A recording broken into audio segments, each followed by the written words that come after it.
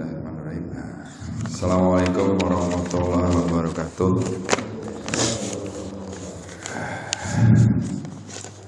Alhamdulillahirabbil alamin. Wassalatu wassalamu ala asyrofil anbiya'i wal mursalin wa ala alihi washabbihi ajmain. Amma ba'd. Segala puji bagi Allah yang telah memberikan kita begitu banyak nikmat, di antaranya nikmat iman, nikmat Islam, dan nikmat kesehatan, sehingga kita masih bisa berkumpul di sini untuk melaksanakan sholat subuh berjamaah dan dilanjutkan dengan sedikit kultur. Tak lupa kita ucapkan sholawat dan salam kepada junjungan kita Nabi besar Muhammad SAW beserta keluarga dan sahabatnya yang insya Allah akan sampai pada kita dan pada akhir nanti kita termasuk umatnya yang akan mendapatkan syafaat darinya. Amin amin ya rabbal alamin. Bismillah.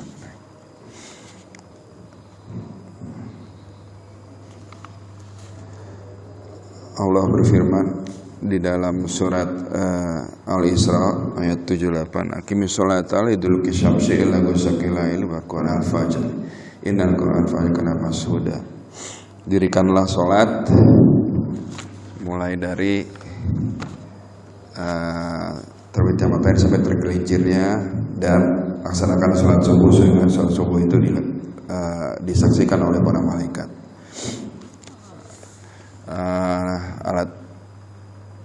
Ayat ini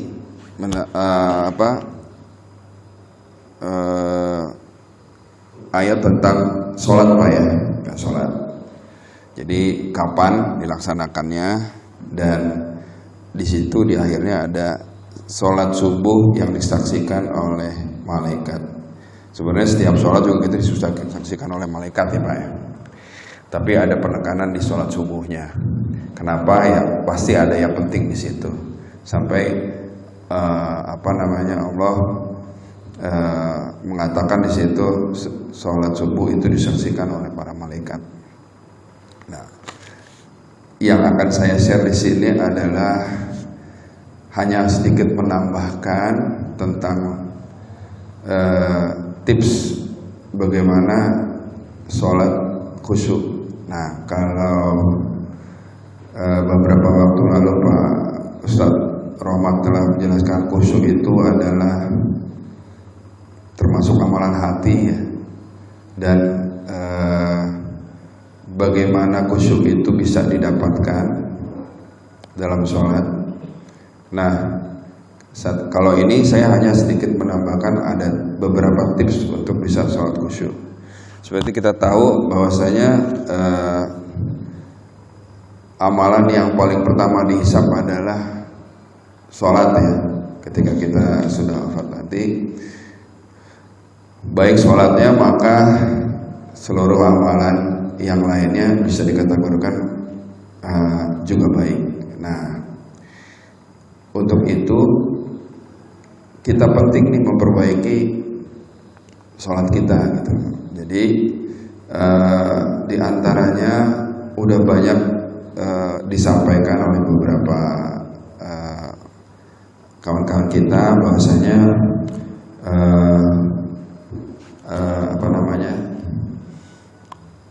gangguan terhadap kita saat sholat, terus udah gitu bagaimana khusyuk itu, betapa pentingnya khusyuk gitu ya. Sehingga kemarin jelaskan sama Ustadz Rahmat, kalau misalnya orang khusyuk sholat itu kelihatan ketika dia setelah selesai sholat. Jadi sholat itu ada bekasnya gitu ya. Nah, untuk itu kita kan tahu bahwasanya khusyuk itu memang bukan merupakan satu rukun sholat ya. Karena memang khusyuk itu ya istilahnya perihal masing-masing orang gitu. Kalau kita mampu untuk bisa menghilangkan gangguan-gangguan itu, maka insya Allah kita bisa khusyuk gitu. Nah, ini ada beberapa ada beberapa tips ya yang insya Allah udah saya coba dan alhamdulillahnya ya saya juga lagi masih belajar gimana sholat khusyuk itu ya. Yang pertama-tama adalah memuliakan adab sholat ya, memuliakan adab sholat. Jadi adab sholat itu kan yang jelas ada aturannya ya. Jadi yang pertama mulai dari dulu Ustadz Pak Iik dia juga menjelaskan bahwasanya awali dengan wudhu yang baik, yang benar.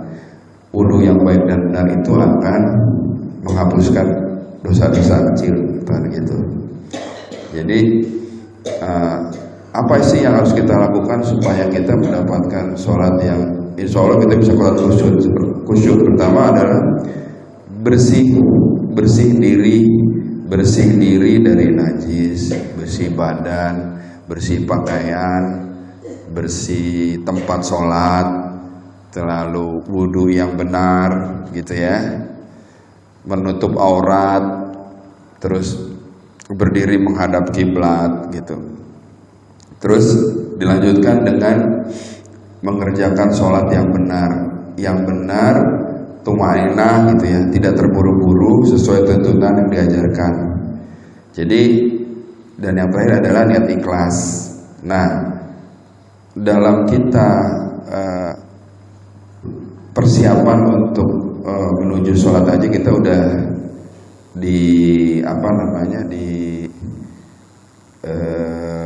beritahukan cara aturan-aturannya ya, bahwasanya bersih tempat sholat, bersih badan, bersih hati juga ya. Jadi benar-benar itu kita persiapkan, kita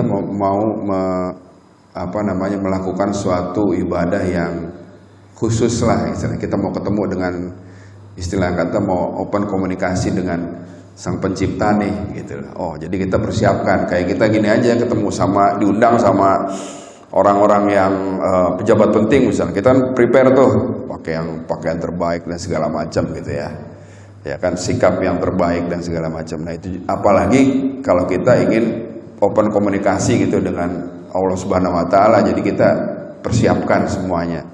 Ya kan? Mulai dari sebelum sholat bersih semuanya, lalu wudhu yang benar, lalu melaksanakan sholat dengan baik, ya kan, sesuai urutan dan aturannya. Nah, terus apalagi setelah kita memuliakan adab sholat ini, yang kedua adalah buang segala was-was dan bisikan. Agar sholat khusyuk wajib memperhatikan kepada siapa yang akan dihadap dan bermunajat sekarang, yaitu kepada Allah Subhanahu wa taala. Jadi begitu kita sampai tempat kita mau sholat, apalagi kita di sini berjamaah ya, tentunya kita sebelum sebelum niat kita sadar diri bahwasanya kita lagi menghadap sama yang maha suci, sang pencipta gitu ya.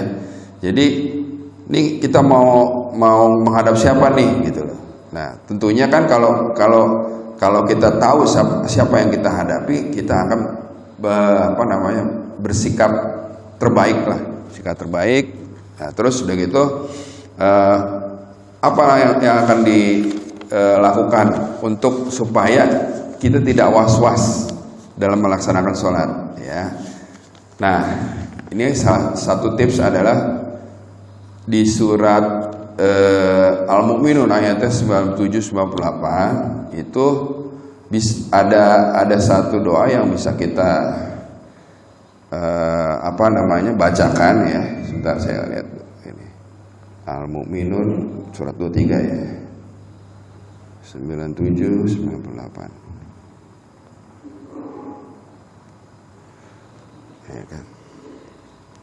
Oh, mesti pakai kacamata dulu.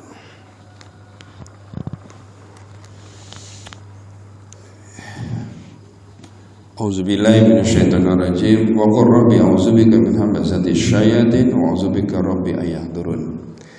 Pak, ini salah satu ayat suci Al-Quran yang bisa kita baca sebelum kita mulai sholat, ya kan?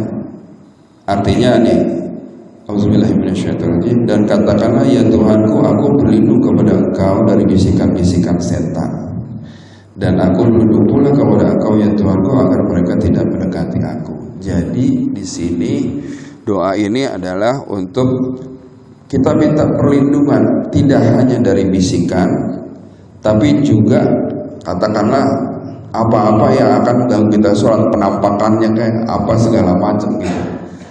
Kan suka ada tuh ya kan.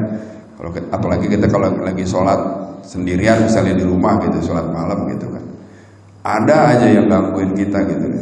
Misalnya ada binatang lewat lah, apalah gitu kan. Nah terus udah gitu, ketika kita sholat kadang sering tuh kita dengar, wah naruh kunci di mana nih gitu kan. Begitu sholat ingat gitu ya. Nah itu bisikan tuh Pak, ya kan. Nah makanya kita berlindung nih kepada Allah dari bisikan-bisikan itu gitu, ya kan. Tidak hanya bisikan, dari penampakannya juga gitu loh, ya kan. Setan itu kan bisa malih rupa segala macam, mau jadi apa kayak gitu, mau jadi kelambang, mau jadi apa gitu kan ya. Kita berlindung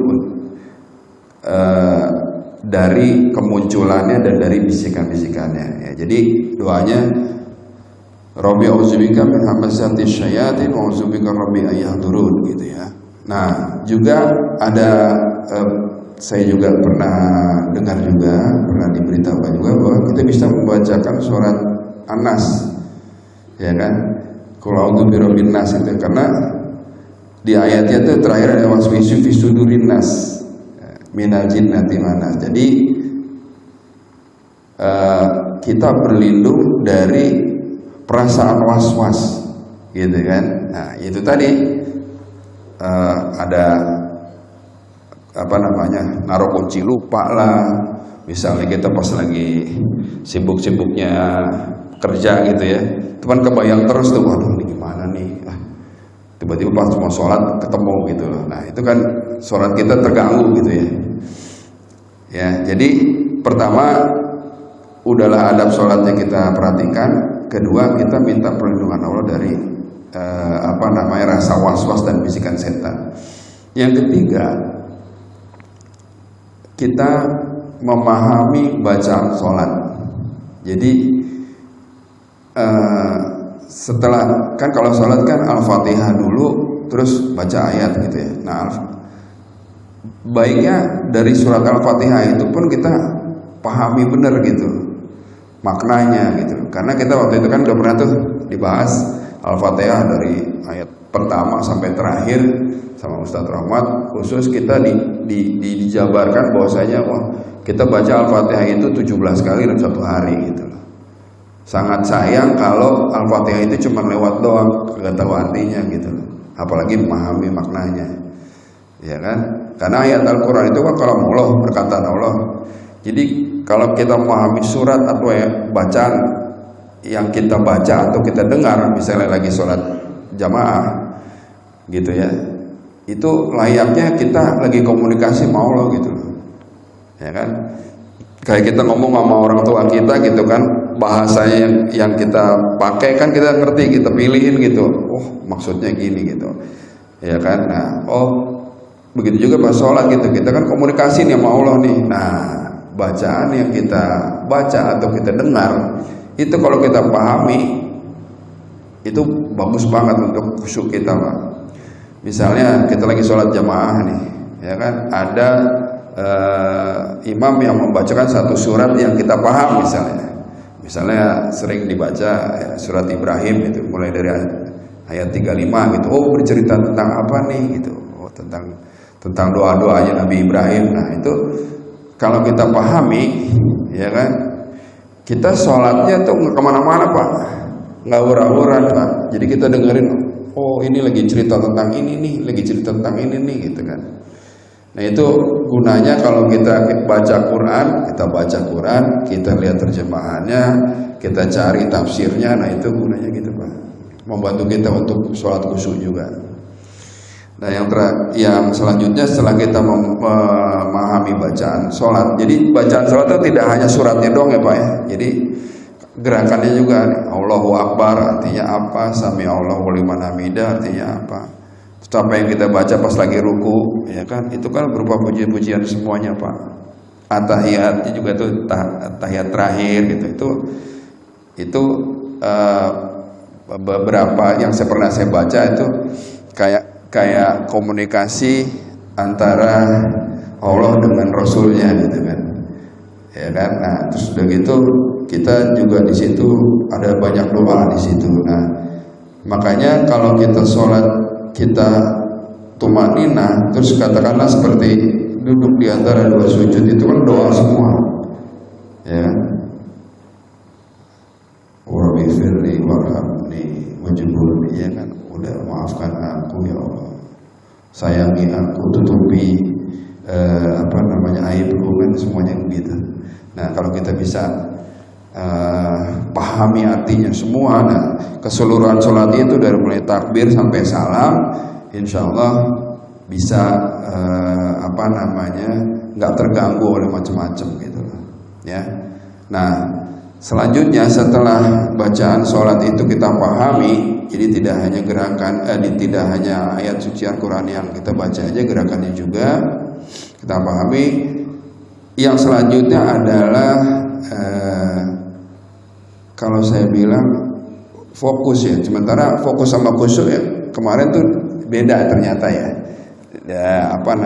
Dijelaskan oleh Ustaz Rahmat. Tapi di sini maksudnya fokus itu adalah sembahlah Allah seakan engkau melihatnya gitu loh. Karena itu konsep yang ada di Quran surat Al-Baqarah mulai dari ayat 45-46 ya, saya bacakan. Auzubillahi minasyaitonir rajim. Wasta'inu bisabri wassalah wa innaha lakabiratun illa 'alal khashiyin. Dan mohonlah pertolongan kepada Allah dengan sabar dan sholat. Dan sholat itu sungguh berat kecuali bagi orang-orang yang khusyuk. Kemarin udah dijelaskan oleh Ustaz Rahmat bahwasanya sabar dan sholat itu bisa digunakan untuk menolong kita khusyuk juga. Jadi kita melaksanakan sholat juga dengan sabar ya, dengan baik, dengan tumaninah, ya kan. Terus sungguh berat kecuali bagi orang-orang yang khusyuk. Terus siapa nih yang khusyuk nih? Mereka ya, ayat selanjutnya alladzina yazununa annahum mulaqu rabbihim wa annahum ilaihi rajiun, yaitu mereka yang yakin bahwa mereka akan menemui Tuhannya dan bahwa mereka akan kembali kepadanya. Nah, konsep khusyuk di sini udah jelas ya, bahwa mereka akan menemui Tuhannya dan bahwa mereka kembali kepadanya. Itu sadar gitu bahwasanya kita lagi diawasin nih, kayak lagi kita dilihatin sama Allah gitu. Makanya kita lagi sholat itu kan komunikasi kita sama Allah gitu kan ya. Jadi begitu kita sepertinya menghadap Dia, kita sholat gitu, baca-bacaan segala macam, ya itu dia nih. Kita yakin bahwanya Allah lagi melihat kita, apa yang kita baca, apa yang kita doa saat sholat maupun setelah sholat, Allah mendengar gitu. Insya Allah Allah mengabulkan ya doa-doa kita, ya kan. Tentunya kapan dikabulkannya itu haknya Allah gitu, memilihkan yang terbaik buat kita. Jadi setelah kita pahami bacaan sholatnya, kita yakin bahwasanya kita lagi berhadapan dengan Allah. Allah lagi ngeliatin kita. Insya Allah bisa membuat kita lebih khusyuk ya. Nah itu tips yang keempat. Tips yang terakhir, sholatlah seolah itu sholat terakhir kita. Nah, ya kan, menganggap ibadah sholat yang Anda lakukan adalah ibadah sholat Anda yang terakhir di dunia. Setiap manusia maupun jin tidak ada yang mengetahui secara pasti apa yang akan terjadi di masa yang akan datang, termasuk hari kematiannya. Dengan selalu mengingat kematian dan bisa lebih konsentrasi dalam jalan kita akan bisa lebih konsentrasi dalam menjalankan ibadah sholat kita. Jadi kita bayangin aja ini sholat terakhir kita. Pasti kalau misalnya kayak misalnya seperti kita tahu ya, kayak di ada namanya hukuman mati misalnya gitu. Nah, si yang dihukum ini kan ditanya apa permintaan terakhirmu gitu kan, sebelum dieksekusi gitu. Pasti dia kan akan meminta yang benar-benar yang dia pengen gitu ya. Atau misalnya saya mau beribadah nih, jangan diganggu gitu, sampai pol-polan gitu. Nah itu karena dia tahu abis ini saya udah gak bisa sholat lagi. Nah, jika kita melakukan menganggap sholat kita sekarang ini sholat yang terakhir, maka insya Allah kita menambah kekhusyuan kita. Ya, jadi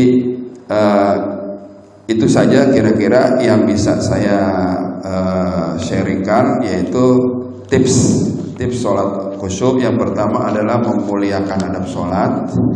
Yang kedua adalah buang segala was-was dan bisikan. Ya, yang ketiga memahami bacaan sholat. Yang keempat fokus atau yakin bahwasanya Allah yang kita sembahin lagi ngeliat kita. Dan terakhir adalah sholatlah seolah sholat itu adalah sholat yang terakhir. Kira-kira itu aja Pak. Mudah-mudahan ini bisa menambah khasanah untuk kita bisa sholat lebih baik lagi ya. Jadi dapat khusyuknya gitu, insya Allah. Nah ini saya juga begitu saya dapatkan tips ini, saya nyoba nih Pak gitulah. Saya nyoba, saya juga lagi belajar. Tapi alhamdulillah ya, kita berasa aja tuh enak aja gitu di sholat tuh. Kayak kita habis komunikasi gitu ya. Terus apa yang kita pikirkan, apa yang kita katakan misalnya kita punya masalah atau apa, itu langsung ada ininya, ada way outnya gitu loh. Kira-kira gitu Pak. Itu aja kira-kira yang bisa saya sampaikan. Mungkin ada yang mau ditanyakan atau mau ditambahkan, monggo. Ya, Pak Tatang. Assalamualaikum warahmatullahi wabarakatuh. Waalaikumsalam warahmatullahi wabarakatuh. Tadi yang sudah dijelaskan atau Allah, kita saat melaksanakan sholat itu selalu aja ada gangguan dari luar. Iya. Tadi kunci hilang atau ingat, kita harus gini ingat. Nah itu juga kenapa kita diganggu seperti itu? Iya.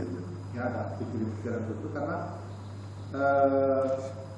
di dalam surat Al-Jin, itu di 19 di situ, 19 bahwa, jadi saya bacakan artinya.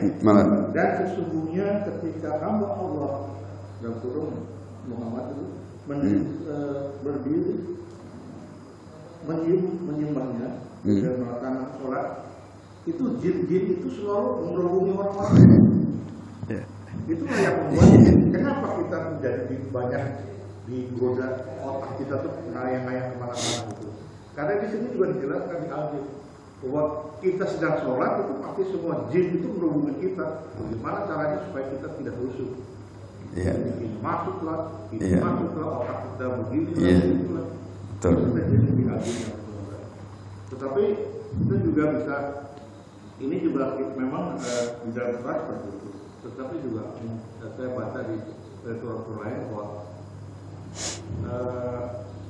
Allah melihat Jibril sedang berdoa menyembah Allah setiap hari, tidak ada putus-putusnya.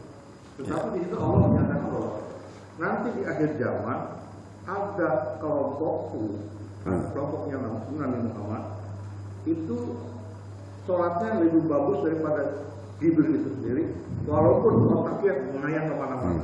Seperti itu. Jadi di sini kembali lagi bahwa di surat Al-Jin itu menyatakan bahwa jangankan kita sholat lah, kita berdiri sendiri saja, jin-jin itu semua kita. Bagaimana kita mempengaruhi kita supaya kita berbuat yang tidak baik dan melanggar. Itu aja mungkin. Iya, betul. Makasih Pak Tatang. Ada lagi mungkin yang mau menambahkan? Seperti kita tahu dalam sholat berjamaah itu kan juga mengapa kita diminta untuk merapatkan saf ya. Itu salah satunya jangan kasih celah, jangan kasih kendor gitu. Supaya nggak ada tuh bisikan-bisikan gitu. Ya kan? Udahlah kalau kita lagi sholat, udahlah kita baca doa, kita minta perlindungan Allah, dilanjutkan dengan saf yang rapat gitu. Nah, tantangan yang ada sekarang di masa pandemi ini adalah kayak waktu tahun lalu sholat kagak boleh rapat. Nah itu yang agak susahnya ya. Di satu sisi kita ikutin apa yang diperintahkan oleh ulil amri ya, katakanlah gitu ya. Satu sisi kita harus menjaga kekhusyuan sholat kita sendiri gitu. Makanya harus ada tipsnya untuk supaya bisa kita sholat sendiri juga khusyuk gitu. Sholat yang istilahnya nih renggang nih, jangan kata ini orang gitu, apalagi jin bisa hadir di situ gitu. Nah, kira-kira itu jadi yang dijelaskan oleh Pak Tatang tadi, kita lagi sholat tadi kerubungin sama jin yang bakal mengganggu kita gitu. Kita mesti punya tuh alat untuk perisainya gitu, defense-nya tuh kayak apa gitu. Kira-kira itu aja. Pak, ada lagi mungkin ditambahkan? Iya. Perkara khusyuk, perkara hati, Pak Ustaz Rohmat bilang itu. Jadi kalau kita antara main hard gitu kan, udah satu, insya Allah khusyuk gitu. Jadi ya kita mencoba untuk perbaiki kualitas kita sholat lah, ya dengan khusyuk. Ya kan, kita udah dijelaskan, beberapa teman-teman sudah menjelaskan juga bagaimana itu khusyuk itu apa. Dulu juga Pak Jul pernah menjelaskan kerjaannya jin atau apapun itu, setan ngeganggu tuh lewat mana aja, itu pernah jelaskan dulu Pak Jul ya kan, emang tugasin dia ngeganggu sampai berhasil gitu. Sampai kita sholat aja diganggu, sampai bahkan saya pernah dengar juga saat kita sakratul maut juga diganggu gitu loh. Nah, makanya perlunya orang ditalkin itu seperti itu ya. Insya Allah dengan kita memahami bagaimana itu khusyuk itu, bagaimana dan caranya untuk mendapatkan khusyuk itu, ada tips-tipsnya. Insya Allah kualitas sholat kita bisa kejaga. Ada lagi mungkin, kalau misalnya nggak ada, kita tutup kaji kita dengan doa kafaratul majelis. Subhanallahumma wa subhanakallahumma bihamdika asyhadu an la ilaha illa anta astaghfiruka wa atubu ilaik.